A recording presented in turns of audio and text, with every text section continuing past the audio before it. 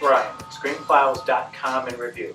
What I'm looking at today is Voyagers, which was released this year, directed by Neil Berger. And in case anyone's wondering, as you can see, I'm wearing a hat. I was adjusting my watch while walking, and as I was passing a pole, there was a metal sign. So it goes without saying, I raised my head just as the sign came into range. Impact. Just a bit of a goose egg, which I prefer not to show you. So in any case, I like Voyagers quite a bit, though I shouldn't have. What I enjoyed most about it was that Neil Berger has a very good eye, and visually speaking, it's a gorgeous movie. Now I understand that direction is more than just a dude with a camera. It's production design, it's clothing design, it's lots of things, and the director just manages it all. But nonetheless, the visual approach to this movie is gorgeous. And what I like about Berger behind the camera is that he's willing to let scenes breathe. He's very much interested in the performance and the emotion within a person's face and hand. And sometimes the camera would just rest on someone's face. I originally said sit on their face, and that sounds weird. And it's real tight. And this is interesting because he cares so much about the emotions behind a particular scene or action. And so he goes in really tight to let the viewer see what the person is going through. Not necessarily by what they say, but how they look. From the position of their eyes to the tension in their foreheads. It's all captured by his camera and focused on, which is really interesting to see. It's one of the reasons I find Voyagers such an interesting movie. Though I don't particularly like it, which sounds weird, but bear with me. Neil Berger, as well as directed, wrote Voyagers. And here's where the problem is. Voyagers acts like a science fiction film. It's not. Sure, the idea of the movie is that a bunch of young people are bred to cross the galaxy to a new habitable planet. That aspect is there, but the movie isn't really about that. In fact, the movie doesn't really care about that all that much. It's just a framing device. What Voyagers is essentially Lord of the Flies. If you recall, that's a book, I want to say Henry Golding wrote it, off the top of my head. I think the last name of the writer is Golding. I'm not sure his first name is Henry, though. In any case, revolves around a bunch of young people who, I believe it's a plane crash, or maybe a boat crash. Something crashed in any case. And they're stranded on this island. And the worst of them comes out eventually. So you have all the behaviors you saw in their normal lives magnified to a horrific degree. This is Lord of the Flies, no doubt about it. But the thing is, Lord of the Flies made sense. In a sense that when these people are on this space voyage in Berger's movie, they're given a drug designed to impede certain impulses, certain drives, which we consider normal, and these young people are blocked. The idea of relating to the opposite sex, the idea of certain physical activities, overt aggression, in fact, is blocked by this drug. Eventually, the young people find out, and some of them stop taking the drug.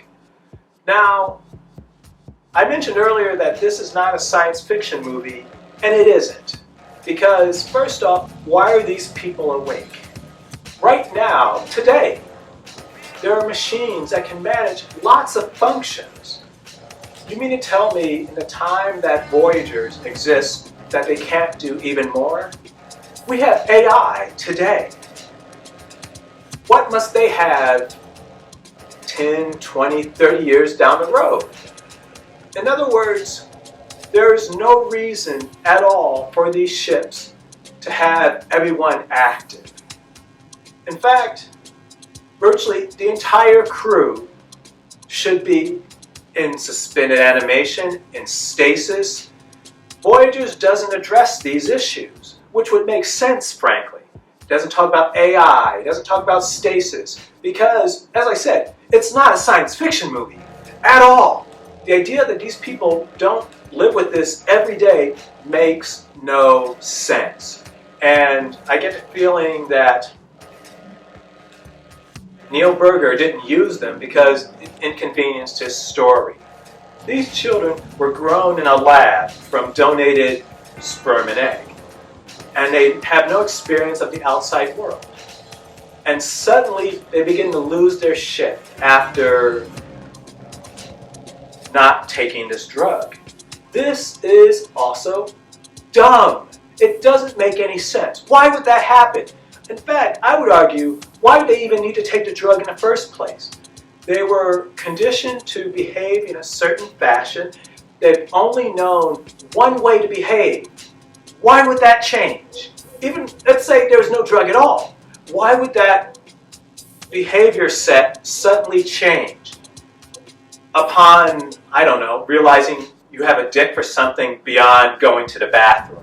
As I was saying, they take this drug to inhibit who they are, essentially, which makes sense in a sense. They're aboard a ship. You can't afford to have these young people wilding out. But as I said earlier, it's dumb. It's done not because it makes any sense at all in terms of the story and the time period that the story takes place in. It's done because writing. Because these things need to happen because writing. In fact, there's even a monster aboard this ship.